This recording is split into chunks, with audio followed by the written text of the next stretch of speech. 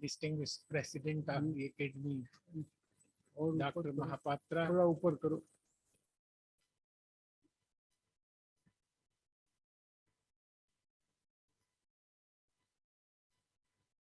distinguished participants, colleagues, friends, ladies and gentlemen. I am indeed grateful to the academy and its management for a favor, and the favor in the form of asking me to deliver this plenary lecture. Plenary lecture at Malviya's Temple of International Learning, the Banaras Hindu University, which happens to be my alma mater. Dr. Misra was generous enough to introduce me. He did mention that this is my alma mater, but he did not mention that he did PhD with me. He is professor in the Department of Genetics and Plant Breeding.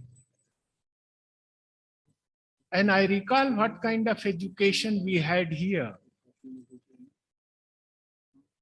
My PhD dissertation, my professor took only 4 days, and I promised that when I would be supervisor ever, I would complete this task within 2 days.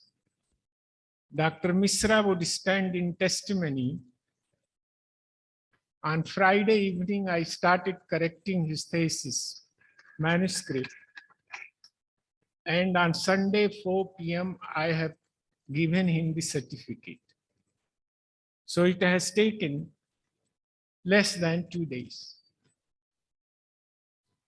Secondly, I'm indeed extremely happy because of the fact that this very session is being chaired by nobody else than Dr. Kirti Singh Ji.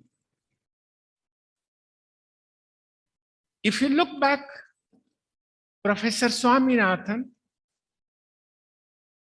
in seniority, he is the second most person, the living legend today. Sir, the history of this country would not be complete, it would not be mentioned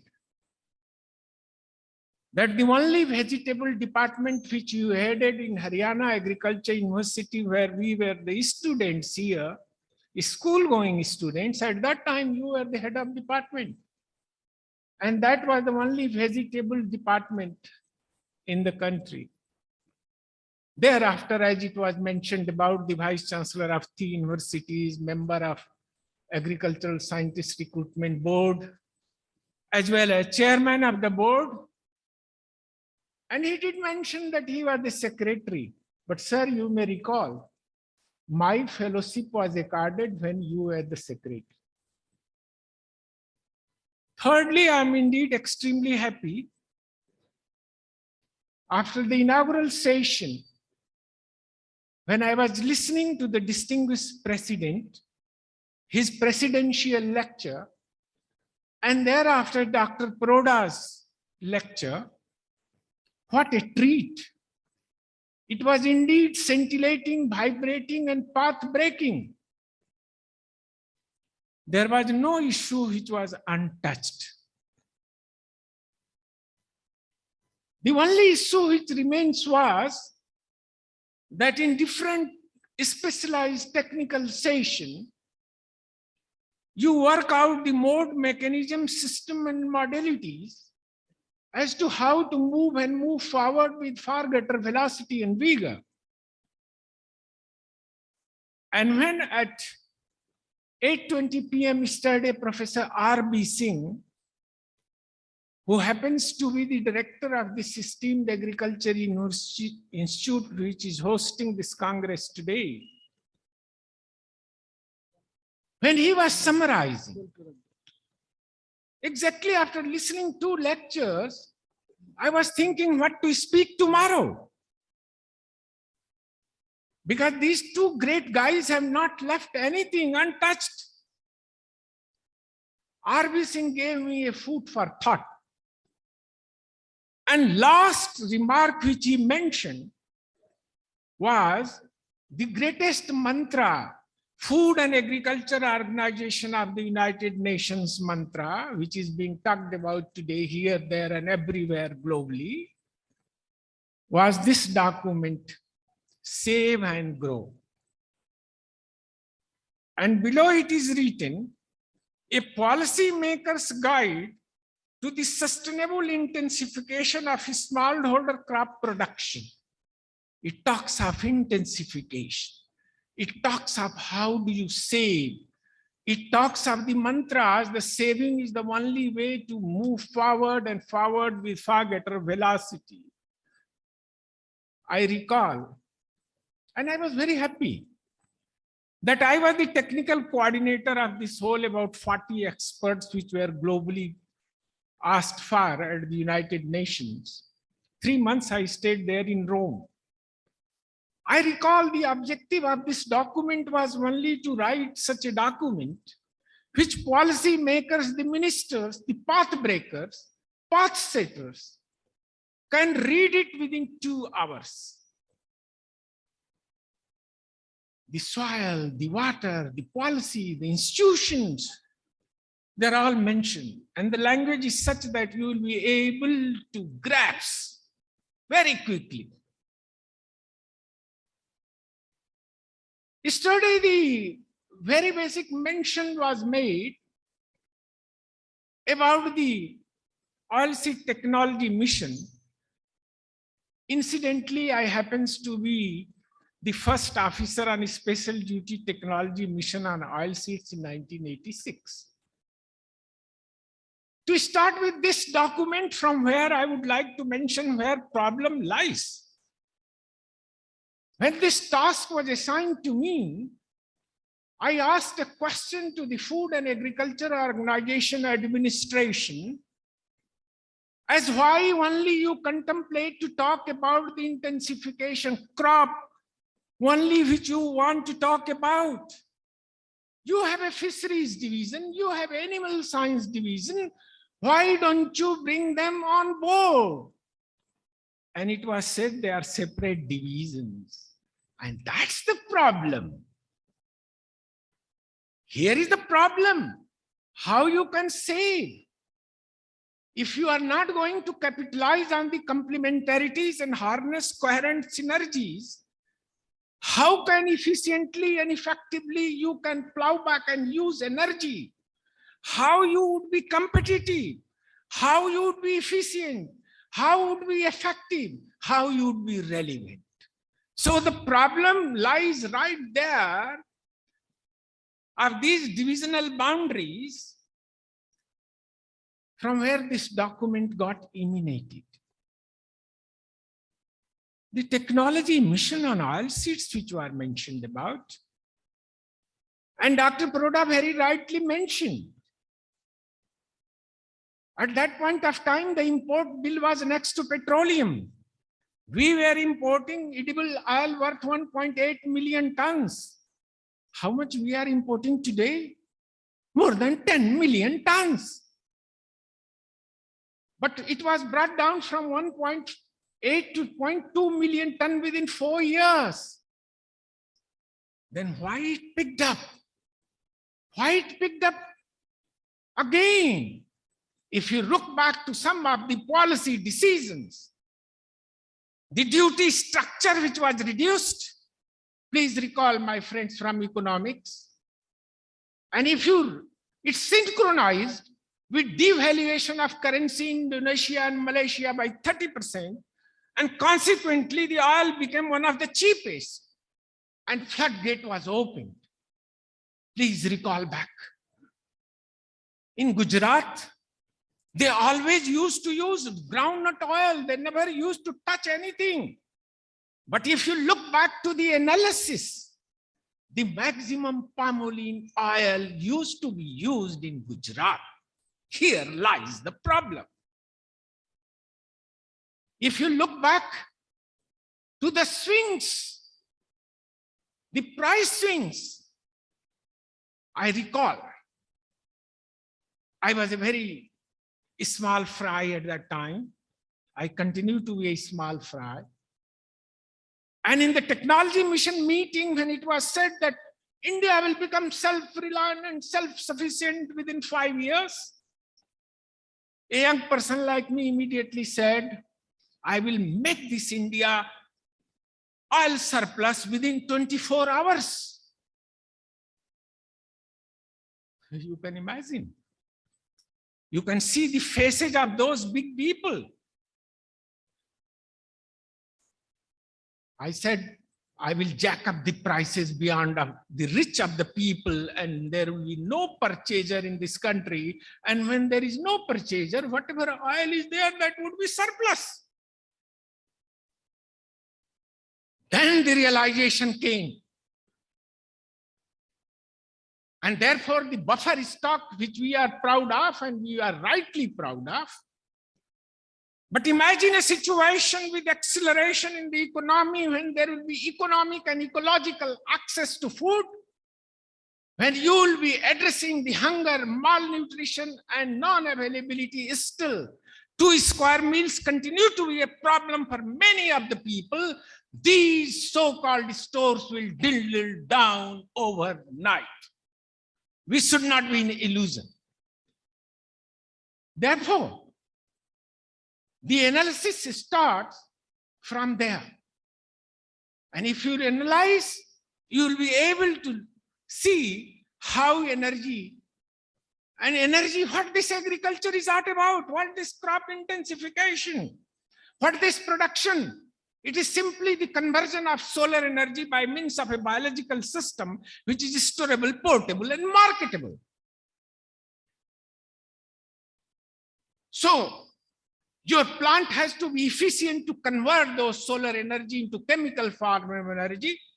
The photosynthesis efficiency which you talked about, C1, C2, C3 plants which you talk about, and the inputs, be it fertilizer, be it water, etc., labor, implement, machinery, what and what not. So it is all an interplay. What would be the most efficient, effective, and relevant system? The cycle and recycle. Once you address this cycle and recycle in its entirety and totality, what kind of production system which you contemplate to address, be it a cropping system, or be it a farming system, or be it a production to consumption system. The moment you move to production to consumption system mode of operation, the way you move down to a system-wide system approach in a system perspective, the moment you move for capitalizing on complementarity and harnessing synergies, you will become energy efficient. Because we are going to be called upon to produce more and more from less and less. And with each passing day, with all the adversities, this is not a small challenge. Having this thought after listening, for which I am indeed very grateful to 2 speakers and the chairman of these sessions, I come down to analyze the global national scenario. And I shall be putting a few points across the board, only for your consideration and discussion. It would not be a prescription for acceptance, only to provoke discussion, effective discussion, so that you reach to a logical conclusion. That would be the essence of my deliberation. The world population, which was 3 billion in 1960, from where Green Revolution started, is now 7.7 billion. It was in 2020. We continue to produce how much area at the global level? 12%. 12% increase in area since 1960 till today. But how much productivity increased? 200%. And how much production increase? 240%. 12% increase in area, 1200% in productivity, and 240% in production. What a spectacular achievement. You deserve all the appreciation. The world area, 12% cultivated, 3 billion hectare irrigated, and 70% water is being used in agriculture. Can you sustain it? And if you sustain it, how long? Time and again, yesterday, water, talked about all the way. Population projection, 9.8 billion expected by 2050, and 15 billion by 2080. World current 50% population is urban, and in 2050, it is likely to be 66% of the total global population will get converted into the urban population. So the urban agriculture, rural agriculture is going to go a sea change. How do you manage it? The main problem, if you look back to the resources, 80% natural resource base is indeed important. Today we are talking about crop husbandry, and Dr. Srivastava, we are talking about animal husbandry. All husbandry is being talked about, but nobody is talking about land husbandry. Land husbandry encompasses into all these husbandries. And unless you capitalize there, we are talking of disciplinary mode of operations. Yes, science will flourish in disciplinary mode of operation. Vertically, you go up and up in disciplinary mode. But technology will never come unless and until you are interdisciplinary mode of operation. So-called technology which you talk about today, they are in fact components of technology. They are not technology in a holistic sense, in entirety and totality. Address it. But these natural resources, which are how it is distributed, unless and until you do analysis of these, you will not be able to move forward much longer. 80% of the natural resources of the world are owned only by 20% people. Richest 1% people of the world having 40% of natural resources. And interestingly, how are you going to deal with equity, social justice, balanced and harmonized growth when 50% of the world population is thriving on only 1% natural resource of the world? So in policy setting, program formulation, implementation, monitoring and management, you have to keep in the back of the mind. In 10,000 years, the carbon which was being talked about, and indeed extremely important, and carbon sequestration, everybody talks about if you are going to address the situation, has reduced by 15.8%. How can you have soil biota, which is so important? Because 80 to 90% biological processes are being done by soil biota. And in your health card, which you talk so much, soil biota is not addressed. So what kind of health card do you have? What to do, when to do, how to do, what not to do, why not to do? Where is that prescription? Biotic and abiotic pressures increasing day in and day out with all the intensification and globalization. With fungal diseases alone, the losses are to the tune of about $60 billion each year. Forget about bacteria, forget about virus, forget about weed. The intellectual property regime which is in the operation and consultative group of international agriculture which is in operation You have to look to the changes. My friends, those who are from genetics and plant breeding, you used to get the materials, finished product in the past. Now you are not going to get it. If you look back for the last 10, 15 years, there is a shift. Donor-driven agenda, challenge programs. Today, integration is being talked about. One board of all these 15 CG institutions, so on and so forth. If you look back very carefully, these changes, the driving force behind all this is that your finished product, be it variety, be it parental lines, they are perfect private goods. And since they have become perfect private good in existing and emerging intellectual property regime, so you can look to the interest of different sectors and different societies and different nations. Coming to the Indian situation, at the cost of repeating time and again, I will continue to repeat as long as effective actions are not taken. 17.78% of the global population, you have only 4.2% water, and you have only 2.3% land of the whole world. And Dr. Srivastava ji, 11% livestock of the whole world is also on these soils.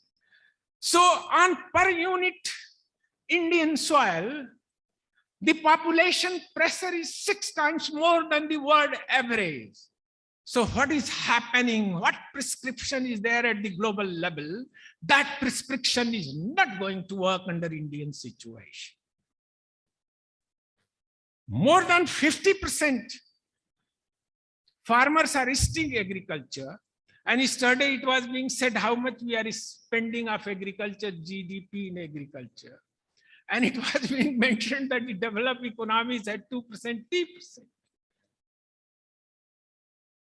Ours is 0.4% or 0.5% or 0.3%. Go down and down, despite the fact that so much pressure is there. And if you look back to the holdings, in the last 40, 50 years, the holding size, the number of holders, farm holders have doubled. So fragmentation of land holding, making it difficult to the machines and the working and scale of operation is also coming an impediment and bottlenecks. Interestingly, despite the fact that 17.78% population of the whole world is India and only 4.2% water and 2.3% land, 0.3 million hectare area is getting converted each year from existing agriculture land based on the land use statistics available today in the country to other purposes. We used to cultivate in 140 plus minus 2 million hectare. We continue to cultivate today 140 plus minus 2 million hectare. Population has gone 4 times. Still buffer stock. So I salute to the scientists and to the farmers and the policy setters of this country. But how far and how long? You have brought about in the PDS system, which was being talked about yesterday in the country, 196 million are there in the system. And if you look back to the budget estimate of the 2000, the survey which comes 2020, 2021, 2.43 lakh crores has been earmarked for this purpose. 2.43 lakh crores. Fine, very good. But I was looking to the statistics about the health of the Food Corporation of India. It was established in 1965, precisely 14th January 1965, nobody less than Lal Bahadur Shastri ji, who happens to be from Kashi. And Jai Jawan, Jai Kisan, everybody knows, and we love him like anything. I was looking to actually how much, what is the help? I went on the site of and look to the annual report, latest annual report of the Food Corporation of India, 300-400 pages report. Last year I saw, I'm a geneticist, I don't understand economics and the jargons of economics. But simple thing I saw, borrowing, loan, etc., so many names are there. And it was precisely last year, 3,29,000 crores. Borrowing and loans.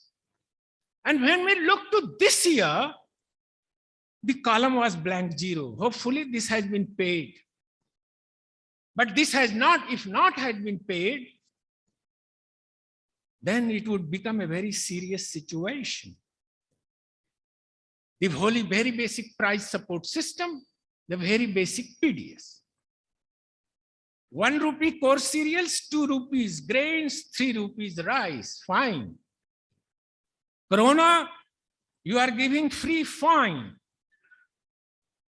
But have you ever analyzed today in the hall, I confirmed from Joshi and I was recalling one of his papers about 10, 12 years, so I got confirmation. At that time, the brilliant paper says that whatever was distributed in the PDS system, 36, 37% goes to floor meals and all those. And it used to create a dampening effect, and consequently, you are not getting the minimum support price even which used to be at that time. I analyze in villages now because I have time. So whatever you are free, yesterday Dr. Paroda was mentioning about the sharecropping. Now, because of the cattle problem, because of the labor problem, because of so many associated problems in agriculture, which you are not analyzing today, what you are giving in free, because there is a sharecropping, so available, food grain is available. So whatever you are giving, that is so getting sold right in those markets, small village markets. And one of the distinguished delegates, when I asked, he also confirmed this, that he has also seen this. So this again is creating a dampening effect. And this is not congenial. My friends, unless and until profitability, no venture whatsoever would survive, and survive how long? Unless and until it is profitable, unless and it is workable, unless and it is bankable. Hopefully this would be addressed too. If you look back to the statistics, what we are, the fortunate situation is that in consumption, that is why I talk about production to consumption system mode of operation. 57% food grains used to be used in the year 2000. It is estimated 64%, I'm sorry. It is estimated that 57% would be by 2025, 4 years down the line, and it would be 48% in 2050. This would lead to change. And what change? Animal-based protein, the milk, the meat, the eggs, the fish. Again, this energy conversion. Food grains will have to go to as feed. Food, feed, fodder, nexus. You will have to address too, because energy issues are there at each step. And if you look back to the conversion ratio, why potato yields are very high? Because protein content in potato is hardly about 1.5%. Starch is much more. So solar energy gets converted into the potato much more in weight. If you synthesize protein, then 4 times more energy would be required. And if you are going to have 1 gram of fat, again, double energy would be required for converting as compared to proteins. You will have to address too, if you are talking about energy budgeting. The pricing mechanism, fat-based milk has become the order of the day. Whether protein-based food grains have become order of the day, where fortified grains have become order of the day. You were able to have Shaktiman 1 and 2 in the year 2002 when Dr. Borlaug himself came and visited. And Dr. Bassel got the World Food Prize on this. The tryptophan and lysine is just double. So essential amino acids. But is there any change in the price mechanism? Again, policy initiatives. The research intensity ratio, which is so important to deal with such kind of situation in this country. How much is the expenditure? How much contribution to the agriculture gross domestic product? I'm sorry, my friends, with all the talk which you are talking, only 0.3 in India. In China, continue to be most populous nation on this earth. They are spending double than what India is spending. It is 0.6. And what the developed economies where 1 to 10% people are engaged in agriculture, their expenditure is 2 to 3, 0.3, 0.6, 2 to 3, and we want to compete efficiently internationally. This will require addressing. Institutions were talked about. We have 114 institutes, 70 agriculture universities, 723 Krishi Vigyan Kendras. I was analyzing the budget of Krishi Vigyan Kendras. And this year's budget, 21-22 budget indicate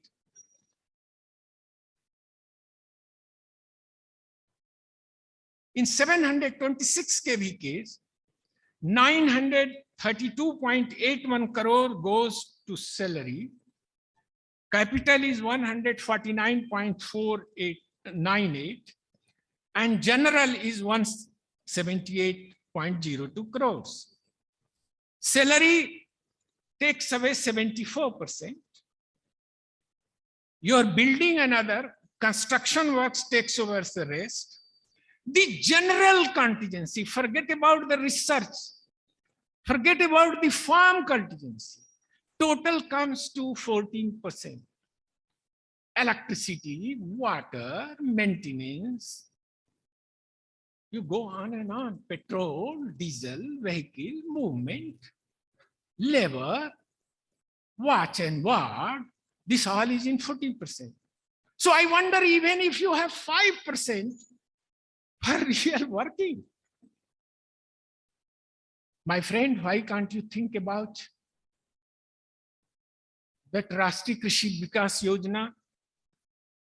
30,000 crore is going to the state. Why can't you take these to Rashtriya Krishi Vikas Yojana? Because agriculture, including education, is a state subject. Shift it to Krishi Vikas Yojana. You are not spending from here. And ensure that the manpower which is there becomes efficient and effective because you provide working. The model at the global level, when you are talking to compete, it's 60-40. Establishment to working expenditure ideally is 60-40 at the global level. And you want to work here at 95-5, and you want to compete, you want to be efficient. You have Atari, for instance, agriculture, technology, application, research, which you have established, 11 in number. But you have 1 or 2 scientists. What kind of application research you will be doing? What kind of action research which you will be doing? And what is your agenda to move forward? And therefore, rationalization, the institutions, its rationalization is absolutely essential. In British period, you have jute technology in Calcutta. In British period, you have cotton technology in Bombay. And that legacy we continue for one or the other reason. Why can't you think of integrating them in the jute research, with jute research and cotton research. I can go on and on from where you can capitalize on the complementary and you can save energy. You have crop commodity oriented. Have you looked to the conflict of interest? You have converted them. The coordinated program, which used to be actually the backbone in this country, you have not learned lesson from barley. When you started varietal development and competing, you may recall naked barley when you started competing with jute. So what about the pre-breeding? What about conflict of interest? What about centers which are left here, there, and everywhere, high and dry? What about the manpower? Are you contemplating to rationalize the manpower? What you are contemplating about the coordinator, say for example in rice, the coordinator system, you have gone into rain-fed rice, you have gone separately for irrigated rice, you have gone separately for basmati rice. There are about 3 lakh varieties of rice and maybe 100 I can count different situations in rice. Then what kind of differentiation you are going to have in the coordinated program? Think about it. There was a conference, Management of Change, in 1992, 2 days in-depth deliberation, and the reforms which were brought about based on that management of change. I recall Jain's committee where Dr. Dia Bhumla, Dr. Baxi, Dr. Jain himself was the chairman. It brought about the rationalization. I talk about Professor Jahal's committee, where again I happens to be the member secretary. It brought about all the reforms based on 6 months deliberation, the consultancy, the contract research, incentives, reward system. I talk about Professor Hasim's committee. Again, I happens to be the chairman on plant variety protection and brought about the reforms. What has happened about the PBR putting in place? What shift has taken place? Have you looked for the management of change, which is essentially required in that context? Private institutional development. Technology is coming. Transgenics, whether you like or you don't like. But transgenic culture in agriculture is bound to prevail today, tomorrow, or day after. But if you continue to deal, it is not the issue only at the institutional level here. At the country level, fertilizer you are dealing in a different ministry, sugar you are dealing in agriculture ministry, sugarcane, sugar you are dealing in food ministry, irrigation is separate, processing is separate, rural development is separate. Where is harmonization? Can you think about an overarching umbrella? Commerce ministry is different. Tea and coffee continue to be in commerce because there was a time, British period, when they were being used for commerce alone. What about tobacco? Is it not a commercial crop? What about sugarcane? Is it not a commercial crop? And in the today's context, if we argue to a longer way, I would say wheat and rice in Punjab and Haryana is a commercial crop, or it is for only for domestic use. Therefore, think about harmonization. Think about a ministry or an overarching umbrella of rural development and transport formation. Think about agriculture, drainage in unison. Think about rural development in a holistic manner, where agriculture is bound to be an integral part. The climate change, so much was talked about. It's a real threat. And where we are sitting, my friend, Indo-Gangetic alluvium. If you look back to the Asian report on 0 to 10 vulnerability scale, Indo-Gangetic alluvium is at 9. Nobody talks about. how serious the situation is. The soil productivity, the water use efficiency, the pest disease problems. You can go on and on and on. And the water. How the Himalayan glaciers are receding. The data which is available where 83 Himalayan glaciers have been mapped and where data is continuously getting updated. 1 to 63 meters each year, glaciers are receding. And you are utilizing 65% underground water. And you are very happy that this is contributing 9% to the gross domestic product. But how long, how far? You are producing wheat in Madhya Pradesh, but have you ever thought about that per kg water utilization in Madhya Pradesh is the highest in the country? How long and how far? Have you looked back because of the climate change? 2 degrees Celsius temperature, if it increases, do you know how much water requirement will go up? If you look back to the generic issues which were very eloquently raised today, soil. As I mentioned, 142 million hectares.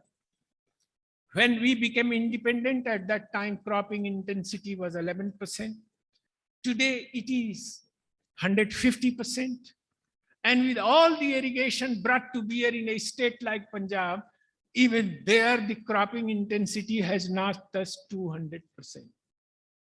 What kind of intensification you are contemplating? The 10 nutrients, minor and secondary nutrient deficiencies, 27.7 million hectares which is chemically degraded. 126 million hectares, which happens to be 36% of the area, is one form or the other having degradation. Saline alkaline soils, 7 million. Even acid soils, amelioration and amendments were talked about yesterday. 26 million hectares. Be it Odisha, the distinguished Director General, sir, your home state, Jharkhand, Northeast, 70 to 80% soils are acidic. How can you go on putting input, but whether it would be effective? Toxicity and deficiencies are rampant, and therefore you will have to address this. 49% soils are deficient in zinc. With great fight in 2009, fertilizer amendment was brought about and zincated area was thought about. Slow releasing fertilizer, 20 years. The research of IR remained unheard, and finally, thank God, neem-coated urea, the slow releasing urea came into being. But you have to think about that when the estimated zinc deficiency in this country is going to be as much as 65% soils, in very near future, these estimates, when in 2009, when these estimates were made, it was said by 2025, which is 4 years down the line, it would be 65% soils. The human medicine bulk supplements, because of these micro and secondary nutrients, for animal livestock, the soils, fodder, feed, they are deficient in these micro and secondary nutrients. Be it zinc, be it boron, be it sulfur. So I can go on and mention the use efficiency. Your phosphorus use efficiency, only 10 to 20%. Your nitrogen use efficiency, depending on how you do, 30 to 50%. Your micronutrient use efficiency is 1 to 5%. And my friend, you are talking about doubling of income, forget about diesel, petrol, human, and costliest source of energy is being used in agriculture. And you talk of doubling the farmer's income.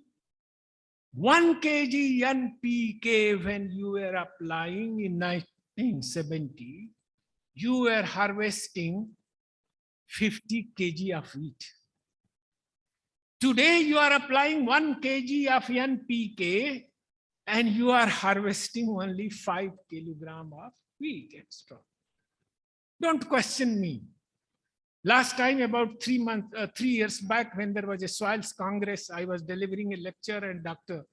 Katyal was chairing. He corrected me and he said, Dr. Ra, it has gone down not 8 kg per NPK, but it is 5 kg. And he is a renowned soil scientist. Now, in this situation, you are talking about organic agriculture. Fine, there is no dispute. If organic is there, apply. Apart from the major micro and secondary nutrients should be taken care of. It would be taking care of soil biota. It would certainly increase quality. It will enhance productivity. But do you have the kind of nutrient which is required to meet your production requirements? If not, then are you going to advocate zero budget farming? You have to think about it. And the organic, globally situation so much was talked about. I was looking to the statistics and what is available. Certified organic agriculture is only 1.3% at the global level, which is coming to 21 million hectare of global cropland area, which was 1,590 million hectare in 2020. Now the very basic issue arises. We were having 1 to 50 scale soil maps. Today we have 1:10,000. This can very effectively be utilized for block and district level planning. Can you think about put all our resources and we go for land use plans, developing land use plans for the country? The water, 13 to 17 billion cubic meter water is getting lost each year from the greeneries of IGP, Indo-Gangetic Plains. India is projected to have 755 million cubic meter water deficit by 2030. Here comes the very basic necessity of खेत का पानी खेत में, गांव का पानी गांव में. You have so much money and giving employment. I recall Dr. Yashar Singh paper. He mentioned that even if you have a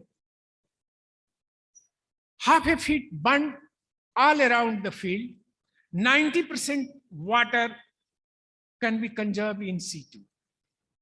Maybe 90%, maybe 80%, maybe 70%, maybe 50%.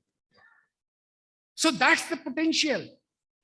I, for one, don't believe you give double, you give triple, and everybody must get to meet his bare needs. But I, as an individual, would never inculcate into inefficiencies. There is nothing like free in this. I was once in China. And one day there was a holiday. I was in a hotel. So I looked into outside. There were 5-6 people sweeping the road. And 5-6 times, my friend, they sweep the same road in the same day. I asked a question. How come that they are doing? They said they will have to work for so many hours. We don't want them to make them inert. So the question is, can the resources which are there can be used effectively? Can you look yesterday, the poor quality water was talked about. Can you have a policy about conjunctive use of water? Can you think about water productivity, multiple use water, water use efficiency? What is the water use efficiency in Israel?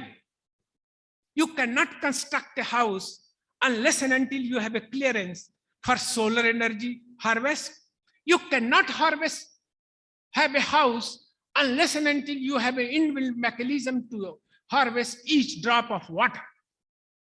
So their minimum water use efficiency is 80%. Your water use efficiency is 20%. How you will become competitive? Their annual precipitation throughout the whole year is 435 millimeter. Your Cherrapunji is high and dry. There is no second crop where there is highest precipitation in the world. No water management, no water harvesting, no judicious and effective use of water. Therefore, where you spend money, you have to decide your priority.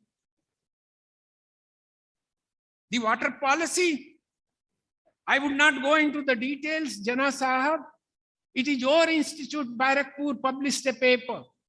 And I recall, and based on that, I suggested that niche machli, upar bijli.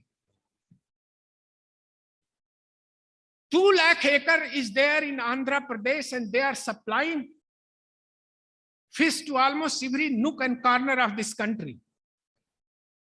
What will happen in these 2 lakh hectare if you have upar solar panels? Bihar, which used to get 40% fish from Andhra, 8 lakh acre is char land, 4 times more than what fish is being produced in Andhra. Char lands are those lands where 5 to 6 months water is there. Why can't you invest? Why can't you go for fish production? You will create job opportunities. You will have clean and green energy harvest. There are many more. Coming to the varietal developments, spectacular development in this country, notwithstanding the achievements made. But the genetic resource evaluation, genomic library, genome data available, data banks, CRISPR technology, transgenic technology, you go on and on and on.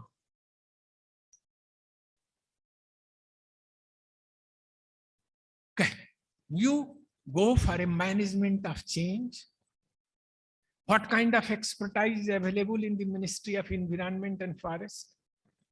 Madam, I gave you a telephone, Madam Radlani. Recall, you were a member on that committee. I was very angry. I asked, who suggested 300-meter isolation distance for evaluating transgenics in maize? Seed Act, Blue Book was talked about yesterday. What is the isolation requirement for foundation and certified seed production? 99.8 or 99, but nowhere more than 99.5. If 95% I take genetic purity is required, and isolation requirement is 900 meter, and where zero pollen transfer to take place, why it should be 300 meters? And it is in this context that your trials were uprooted.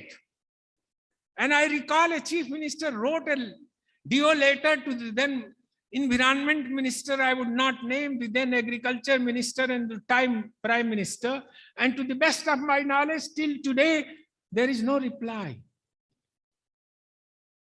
The question is, the very basic varietal development, the very basic evaluation, the very basic release and notification is essentially required a management of change and change for the better. If you are using CRISPR technologies, if you are adding technologies for gene editing, if no marker is involved, Why should it not be treated as normal variety? Why evaluation process? If the marker is used, but marker is removed and no more marker is there, then why can't it be dealt with normal varietal evaluation process? If you are going for using a mass and bringing much needed changes for a gene, and you are resorting to the continuous back crossing, cannot back crossing in given way and much faster way can be brought about. You are releasing varieties and giving different names. Time ho gaya kya? Oh, I have crossed the time. So I was mentioning that even these, if you are giving a different name, have you denotified the previous variety? Have you ever looked into that on the name of releasing these varieties which are good work? Is it at the cost of breeding for higher yields? Because yield is a multiplicative interaction of various components of yield. Are you accumulating favorable genes together? So you can go on, and this requires a change. The very basic seed certification and standards require a change. The Indian Seed Act, which was passed in 1966, and rule, regulation, and guidelines which came into being in 1969, requires a change. Your bill is pending. If you talk about a new education policy, agriculture, including higher agriculture education, is a state subject. Education is not on the concurrent list. If you are going to do that, then you'd require a change in the constitution. Are you prepared to go for a change in the constitution in a current day federal structural environment? But without that, I must compliment the way 15%, 20% seeds, fallow seeds. My friends, we are doing constructive criticism for doing better than the best, but you continue to do better than others till today. So while changing, you must keep, and we must keep sight of that it should help and help enormously. The transgenics, 2 million hectare was in 1996, 200 million hectare in 2020. But after cotton, what happened? We have to search our heart. Today for NOC in a federal structure, very good. What suits me is mine, what doesn't suit me is yours. You ask for a NOC of different states for conducting trials. Very nice, state subject. But have you ever forgot? Have you not forgotten that as per your Indian Seed Act passed by the Parliament in 1966, if you release a variety and a variety is notified, its seed production can be done anywhere in Indian territory. So what are you talking? Where are you putting your policy in perspective? Similarly, my friends, there are many issues. Seed, sapling, planting material. Money is important, but money is not that important for doing all those things. I recall revolving fund started in this country with 3 lakhs of rupees for tobacco in 1988. And nobody was giving that money to me. Honorable Director General, sir, for 3 lakhs of rupees at that time, we have to go to the governing body of ICR. And I remember people laughed at me and said, okay, on experimental basis, give it for 1 year. In the first very year, we made a profit of 5,52,000. And in 3 years, we made a profit of 21 lakhs. And we gave that money back. And this is how crores and crores and crores came. And at one point of time, our turnover of 6 production in this country was 1,300 crores. Forget about this 1,300 crores. The seed, sapling, the planting materials. Forget about if there could not have been change. If there could not have been Mother Orchard where we provided 75 crores of rupees. From where these horticultural planting material could have been brought today? We are talking about fisheries. Jana Sahab, Your whole institutional setup was reoriented towards sea. Rightly so, because sea used to contribute enormously. But today your growth is static. And out of 14 million tons of fish which we are producing, you are having 10 million tons out of inland aquaculture. Only Kausalyaganj is looking and your Barakpur is looking on riverine fishes. Some change is required, and change is required for a betterment. Are we going to look into 1 lakh quintal valuable breeder seed which is being produced? How it is being, the institutional setup. How much it is getting converted into foundation and how much getting certified, converted into certified seed.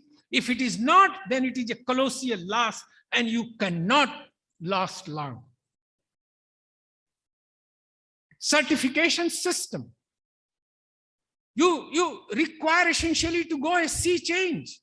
In Japan, my friend, you cannot certify a seed. And who certified seed? It is not like certification agencies as in India. The prefecture governor identifies who is to certify. He might be a distinguished professor of rice to certify rice seed. And do you know about the standards? If there is a seed-borne diseases, look to your standards. Somewhere it is 99.9, somewhere there it is, do you know what it is? 100.00. If it is a seed-borne disease, so even if a few seed is going, the tolerance has to be 0. I can go on and on the Seed Act. This all requires to change for much needed secondary agriculture. Thanks, it is deliberated. It is getting deliberated. You cannot make agriculture bankable and profitable unless and until what is coming agricultural residue, agricultural so-called byproduct or industrial so-called byproduct, unless and until it is taken to valuable products. Be it soybean, your whole economy is based on byproduct, that is oil. Brazil and US, you are talking about, their economy is based on main product, that is protein. And 40% of our people are protein energy malnourished. 45 to 50% protein rich meal is going to poultry feed exported. How long and how far? It was being talked about agroforestry and sequestration. We are not Brazil, that model will work. You essentially require to review into the very basic working of Ban Vibhag. And what is it defined? Miles and miles you go, it is classified as Ban, jungle.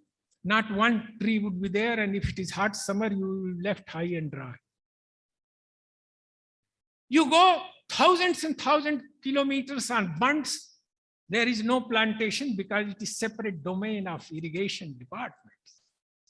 You go miles and miles together, river beds, no plantation because Ministry of Water Resources is looking into.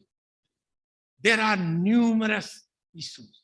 Why can't you think about, if you are constructing road, that the lifting of soil is utilized for water body formation so that water harvesting and your models at no cost can work. The multiple models of crop production, fisheries production, agriculture, vegetable production. So similarly, many more farm implement and machinery. It has a far greater role. Rain-fed agriculture, timely sowing, precision in field plot experimentation is not there where farm machinery is required. Start with precision in farm implement and machinery for on-farm experimentation. Move and move forward 10 to 20, 30 years down the line for bringing much needed precision in farm operations, be it sowing, harvesting, irrigation, primary, secondary, tertiary processing, value addition, diversified product development. System orientation is the key. Unless and until you orient in a system perspective, you cannot capitalize on the complementarities and energies.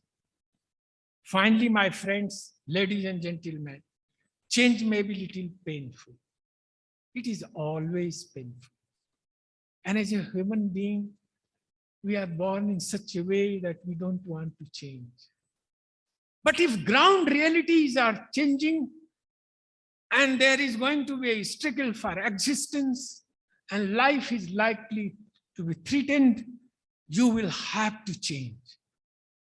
Corona, so much being talked about. Dr. Srivastava, a geneticist, a plant breeder, is talking for genetic diseases for decades. 70% plus pathogens are there from animal to human being and from human being to...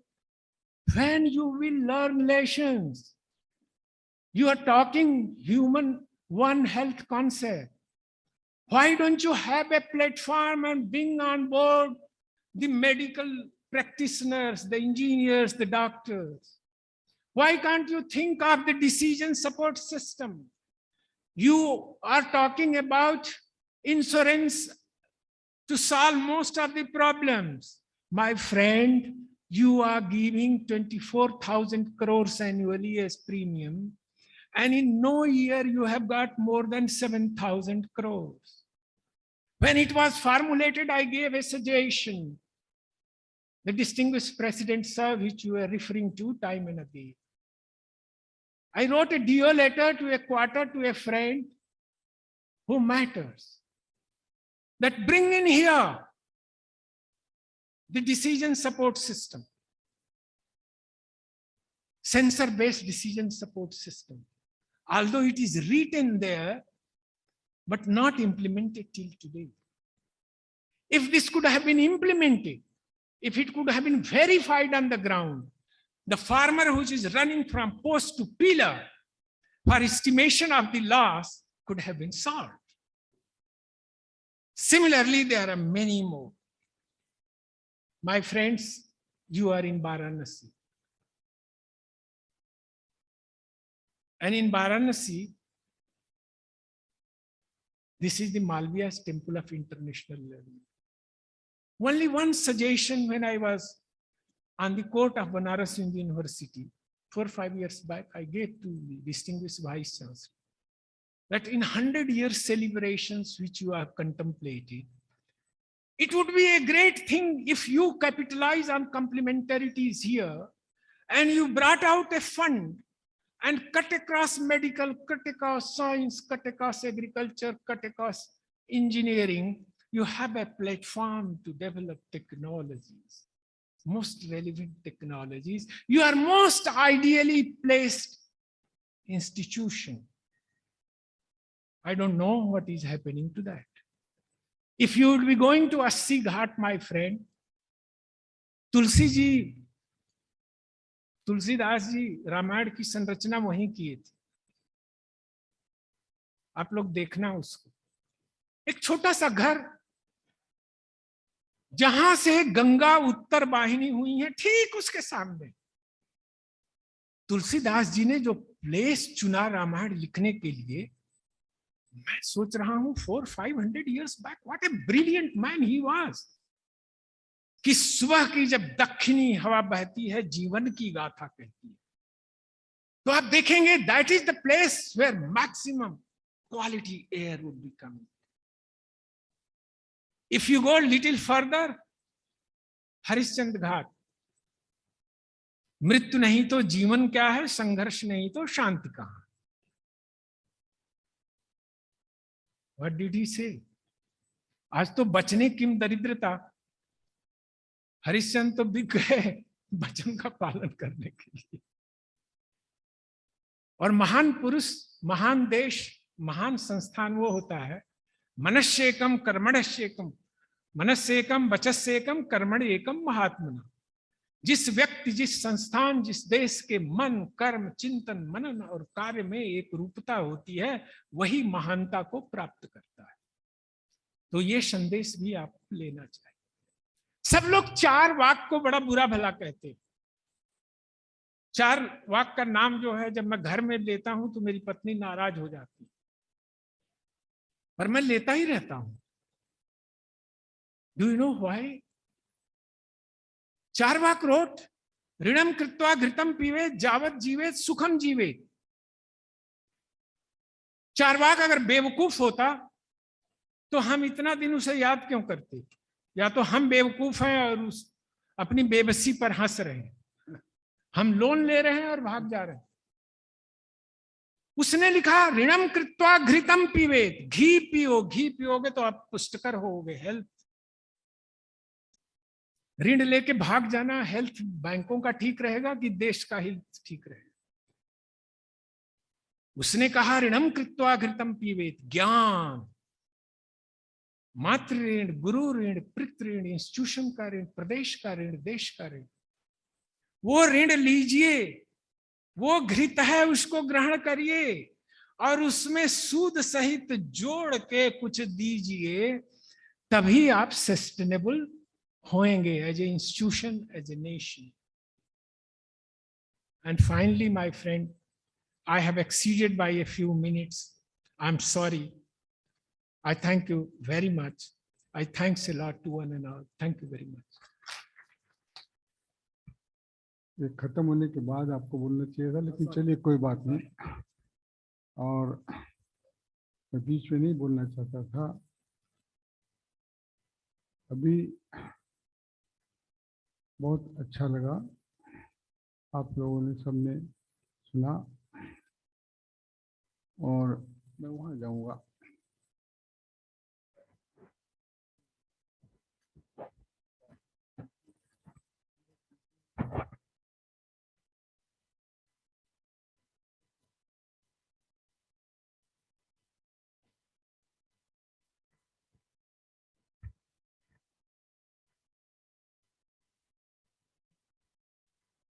Friends,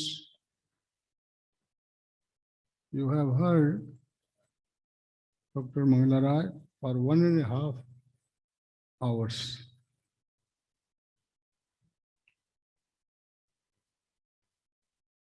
I am very fond of listening to the lectures.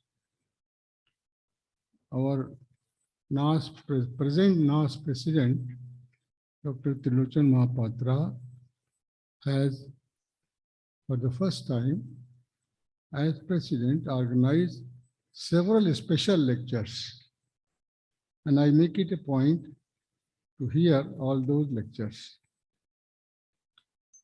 It is very difficult to summarize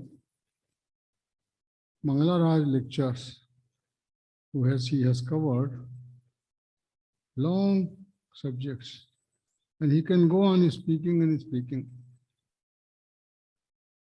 मैं चाहूँगा कि doctor Mangla राय को और doctor Trilochan Mohapatra को standing ovation दिया जाए, इसके पहले कि मैं थैंक्स दूं।